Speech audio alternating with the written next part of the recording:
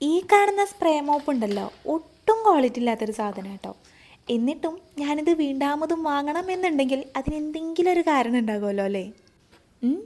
അതാണ് ഞാനുണ്ടല്ലോ ഇതേ സെയിം ഐറ്റം മുമ്പ് ആമസോണിൽ നിന്നോ ഫ്ലിപ്കാർട്ടിൽ നിന്നോ അങ്ങോട്ട് വാങ്ങിയിട്ടുണ്ടായിരുന്നു.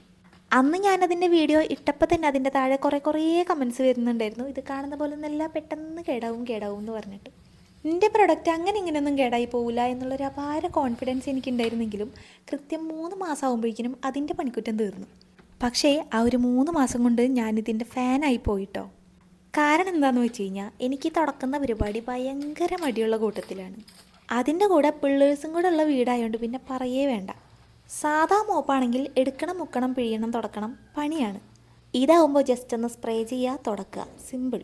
അതുകൊണ്ട് തന്നെ പെട്ടെന്ന് കേടാവുന്നത് നന്നായിട്ട് അറിഞ്ഞിട്ടും ഞാൻ പിന്നെയും മീഷോന്ന് ഒരെണ്ണം വാങ്ങിയിട്ടുണ്ട്. ഇതിൻ്റെ ഐസ് എത്രയാണെന്ന് ഇനി കാത്തിരുന്ന് കാണാം.